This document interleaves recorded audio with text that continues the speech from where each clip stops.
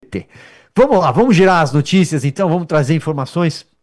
Quero começar com uma notícia. O cantor Gilberto Gil, outra notícia que saltou no meu radar ao longo do final de semana e hoje continua repercutindo muito isso nas redes sociais ao longo da segunda-feira. Gilberto Gil, a manchete diz: defende união contra a ascensão da direita no Brasil. Ex-ministro da Cultura, faz tempo que foi ministro da Cultura, hein? Foi lá no comecinho, quando o PT chegou ao poder. Aliás, Gilberto Gil foi um daqueles que tomou chá de cadeira quando foi ministro, foi deixado de lado e acabou sendo trocado. Porque é sempre assim. Esse pessoal da cultura, o pessoal do esporte também acontece muito. Eles são petistas de carteirinha, faz campanha, até conseguir o cargo. Aí um dia são chamados pelos governos do PT, Lula, Dilma, para assumir algum tipo de posto. Também em prefeituras acontece isso. Fernando Haddad fez isso, para quem mora na capital paulista vai se lembrar. Fernando Pimentel também já fez isso em Minas Gerais. Na Bahia não é diferente. Então, eles chamam essas personalidades do mundo cultural, do mundo esportivo, os artistas, para compor alguma pasta, para tentar passar um verniz, para atrair público, para ganhar popularidade. Mas é alguém que fica ali. É como aquele vaso no canto da sala que você tem lá na sua casa, aquele vaso que vai ficando esquecido, vai ficando de cantinho, depois alguém passa, pendura uma blusa, uma bolsa, vai virando, né? É mais ou menos isso. O Gilberto Gil foi assim no ministério. Bom, o músico manifestou a sua visão sobre uma possível candidatura de Lula a um quarto mandato presidencial e disse: vemos muitos dos mesmos nomes, os mesmos conceitos, afirmou Gilberto Gil ao Financial Times, prestigiado jornal, e disse que não há opção para nada diferente, segundo Gilberto Gil. E o que ele criticou foi a ascensão do movimento da direita no Brasil, mas também em países da nossa região, e a gente assiste isso claramente acontecendo. O Brasil é uma espécie de resta um, como tenho brincado, né? Temos a eleição do Peru agora em quase fase de recontagem de votos, mas a provável vitória consolidada, ratificada da Keiko Fujimori contra a esquerda. Esperamos que isso seja referendado. Temos uma segunda rodada para o desfecho da eleição na Colômbia, com o Abelardo de la Espriella vencendo também na Colômbia, o candidato Cepeda, que é o candidato da esquerda lá. E restará o Brasil. A Bolívia já mudou o vento, o Chile já tomou outra direção, a Argentina já há algum tempo. Então resta o Brasil, sobretudo. E aí o Gilberto Gil está preocupado que a esquerda, que o Foro de São Paulo, que eles estão derretendo aqui na América Latina. Tem o México também, né? Mas também é questão de futuro. Fato é que o Gilberto Gil, além dessa declaração também, é, disse que ele no final ele sempre dá um jeito de dizer que ele é contra misturar política com cultura, com esporte, mas é só o que eles fazem. Fato é que eu queria lembrar que o senhor Gilberto Gil, e aí talvez a gente consiga até colocar aqui uma manchete para ilustrar, o senhor Gilberto Gil recebeu um presentão de 4 milhões de reais. 4 milhões de reais para fazer a sua turnê. Dinheiro dos Correios, senhoras e senhores. Correios, pois é. Alguém pode dizer assim, mas espera aí, os Correios não estão quebrando? Os Correios já não registraram déficit, um rombo de 3 bilhões de reais no primeiro trimestre? No ano passado, o rombo não foi de 8 bilhões e meio? Não tem uma manchete, essa que passa agora pela sua tela, de que eles acabam de abrir um plano de demissão voluntária, de que eles precisam demitir 7 mil funcionários, aqueles 7 mil funcionários que fizeram o L, e agora eles precisam demitir 7 mil funcionários. Os Correios quebrando entregaram 4 milhões de reais para Gilberto Gil e a sua turnê Tempo Rei, para fazer lacração para o governo do PT sempre que temos eleição no horizonte? Pois é. Então, essa é a melhor resposta possível para o Gilberto Gil. Olha, é muito fácil É muito fácil. Tudo bem, você faz parte daquela geração que foi anistiada, Gilberto Gil. Começa por aí. Você faz parte da geração da lei da anistia de 1979, junto com Caetano Veloso, junto com o pessoal que pegava em armas, aquele pessoal que vocês gostavam, daquela esquerda criminosa daquela época, esquerda que sequestrava, embaixador Charles Elbrick, embaixador dos Estados Unidos, por exemplo. Aquele pessoal que roubava bancos, que roubava cofres, aquele pessoal que andava com metralhadoras, com explosivos, que matou. Aquele pessoal foi anistiado. Aquele pessoal foi anistiado em 1979, anistia ampla, geral e restrita. Tudo bem que esse passado está aí. E hoje vocês são contra qualquer tipo de anistia aos presos políticos do 8 de janeiro. Agora, além disso, além da militância histórica, vocês militam hoje porque o dinheiro nunca deixa de pingar quando vocês querem fazer uma apresentação artística. Então, Gilberto Gil, é fácil receber 4 milhões de uma estatal que está quebrada, de uma estatal que vai demitir gente, porque a conta não fecha. Porque é os Correios hoje representam uma empresa deficitária, quebrada, mas tem dinheiro para o Gilberto Gil cantar Tempo Rei. É muito fácil. Essa é a melhor resposta possível para esse tipo de campanha que Gilberto Gil faz, ou pré-campanha por força do calendário, e todo mundo acha que é de graça. Não é de graça, não. 4 milhões dos Correios. Agora são 15 horas 18 minutos. Vamos fazer conexão com Brasília. Já vejo apostos. Débora Sena, repórter e microfone Auriverde em Brasília. Débora, uma ótima tarde para você. Seja muito bem-vinda.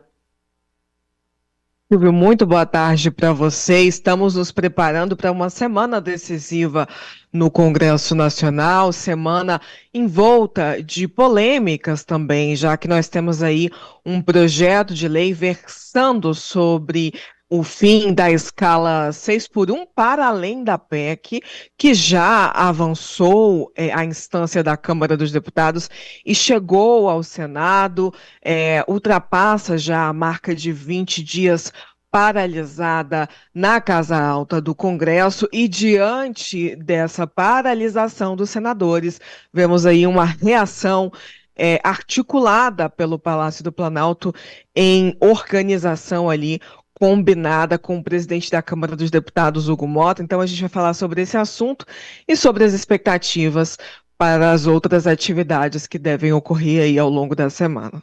Muito bem, Débora, então vamos lá. É possível que o projeto da escala 6 por 1, da redução da jornada, chame como quiser, avance nessa semana. Há todo um esforço por parte do governo para emplacar esta pauta já neste mês ou antes do recesso, fazer isso andar, porque o governo, eu sempre repito, quer utilizar esta bandeira na eleição. Mas muita gente também é, está confusa. Mas espera aí, está valendo o quê? A PEC, a proposta de emenda à Constituição que a Câmara já votou e que passou para o Senado e agora resta Davi Alcolumbre pautar ou não, ou um outro projeto colocado em votação às pressas. Então, para a gente esclarecer as duas, a tramitação das duas propostas e você trazer essa temperatura, se de fato o Hugo Mota vai entregar outro, falar assim, olha, tá tudo aqui, estamos entregando tudo que está passando aqui que o governo pede. É isso mesmo, Silvio. Agora se desenha com clareza essa estratégia. A PEC avançou na instância da Câmara dos Deputados e deixou para trás o projeto de lei que versa sobre o mesmo assunto, de autoria do governo Lula. E esse projeto chegou na Câmara dos Deputados tramitando em regime de urgência, o que significa que ele tem poder de paralisar a pauta. Hugo Mota sinalizou aos líderes que pediria ao governo para retirar a urgência do projeto, para que assim a Casa Baixa do Congresso pudesse deliberar sobre outros temas. Mas já no fim da última semana fez algo completamente oposto ao que anunciou que faria. Ele nomeou Léo Prates, que foi o relator da PEC que passou na Câmara dos Deputados, para ser agora o relator desse projeto. E a gente entende que essa matéria, essa proposta assinada pelo Palácio do Planalto, tem agora o objetivo de pressionar o Senado, se torna um instrumento de pressão para fazer andar a pauta que põe fim à escala 6x1, ou seja, não deu certo até agora no Senado, então a gente pressiona, faz avançar aqui o projeto, já sabemos que temos quórum para avançar, e quando essa matéria chegar ao Senado, ela vai atropelar as demais. Dentro do prazo de 45 dias, o que deve ocorrer é que o projeto de Lula vai paralisar também a pauta do Senado, obrigando os senadores a decidirem sobre esse tema. Débora, deixa eu trazer outro assunto também, e esse interessa e muito, e aí não é ao governo. Esse, ao contrário, interessa à sociedade brasileira, que é a redução da maioridade penal, andou na CCJ, na Comissão de Constituição e Justiça, mas tem uma longa tramitação pela Câmara. Então, tem a possibilidade de Hugo Mota dar seguimento à emenda que trata da redução da maioridade penal, e aí o interesse é muito mais da direita, portanto da oposição, do que do PT, do que da esquerda, do governo. O governo não quer, evidentemente, porque isso prejudicaria de alguma forma os bandidos, ou afetaria de alguma forma as próprias facções criminosas, e aí mexe com o lado da segurança pública, em que o governo é um pouco confuso para explicar para a sociedade. Pois é, Silvio. Hoje nós entrevistamos a deputada Júlia Zanatta, deputada que teve ali no relatório do Coronel Assis, na Comissão de Constituição e Justiça, uma contribuição. Ela, que é autora de uma PEC que versa sobre esse tema, teve então as suas propostas apensadas ao texto apresentado pelo relator.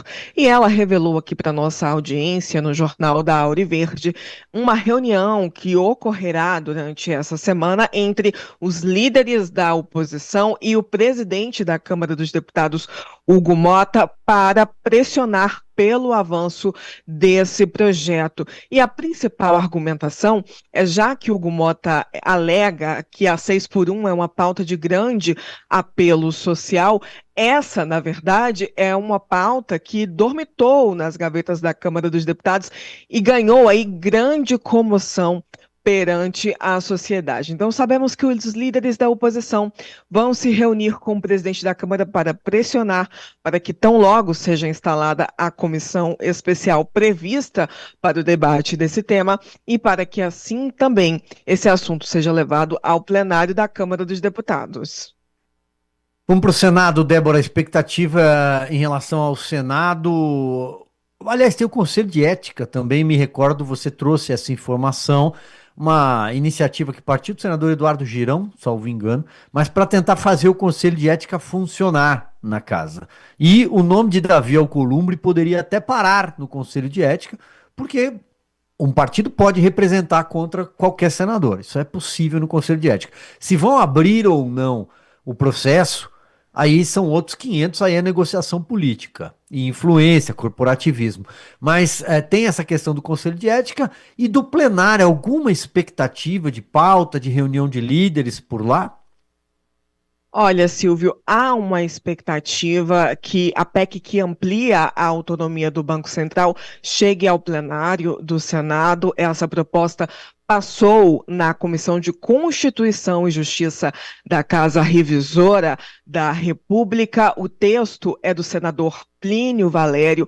Houve uma tentativa da base governista de retirar desse texto o dispositivo que versa sobre a autoridade do Banco Central para decidir sobre concursos públicos sem precisar se submeter ao governo de plantão, Silvio.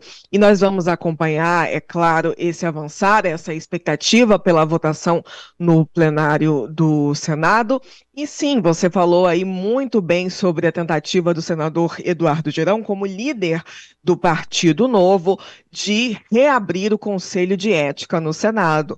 O parlamentar já tentou representar contra o presidente da Casa Alta, Davi Alcolumbre, em virtude da não abertura da CPMI do Banco Master, isso há 2 meses atrás, e teve aí toda a dificuldade por conta dessa questão aí, que é mais do que regimental, é estrutural nesse momento, o fechamento do Conselho de Ética. E eu dizia aqui para nossa audiência que essa é uma questão tão delicada, mas que diante dos últimos acontecimentos passou batido diante da apuração recente da imprensa. Não houve aí um trabalho mais presente em relação a essa situação.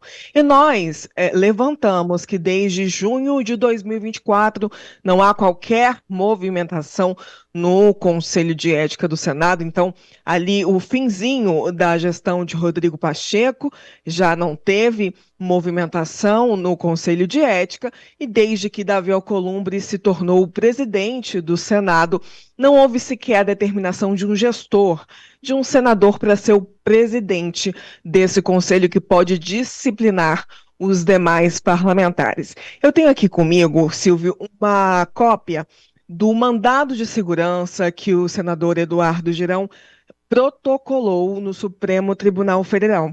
E ele diz o seguinte: o caso concreto é distinto. Não se pede ao Supremo Tribunal Federal que escolha membros do Conselho de Ética, defina a proporcionalidade, indique presidente ou vice-presidente, ou seja, isso é da prerrogativa do Senado. E aí ele vai elencando aqui outras questões que devem ser determinadas pela presidência do Senado. E diz o seguinte: o pedido limita-se à remoção da inatividade objetiva que impede a própria existência funcional do órgão competente. Portanto, está bem explicado aqui na peça que foi protocolada no fim da tarde de sexta-feira, o que se pretende é obrigar o Senado a retornar às atividades do Conselho de Ética, permitindo, assim, representações e que também esse órgão possa deliberar e decidir sobre a conduta de parlamentares, sim, inclusive Davi Alcolumbre, que é acusado aí de supostamente receber 30 milhões de dólares no caso Master. Muito obrigado, Débora Sena, microfone Auriverde Brasil, na capital federal, em Brasília. Débora, você volta na nossa programação, então logo notícias ocorram na capital federal. Obrigado, Débora. Obrigada, Silvia, até logo. Usa Brasileiros, porque tá chegando a hora do Mundial e você pode adquirir esse chinelo maravilhoso temático da Copa do Mundo lá no site da USA Brasileiros, uma empresa mineira que bolou essa coleção aqui exclusiva, edição limitada da Copa do Mundo, com chinelos dos países sede, tem também o do México, tá ali com o Totonho, e tem também do Brasil para você esquentar o seu pé na torcida pela seleção brasileira.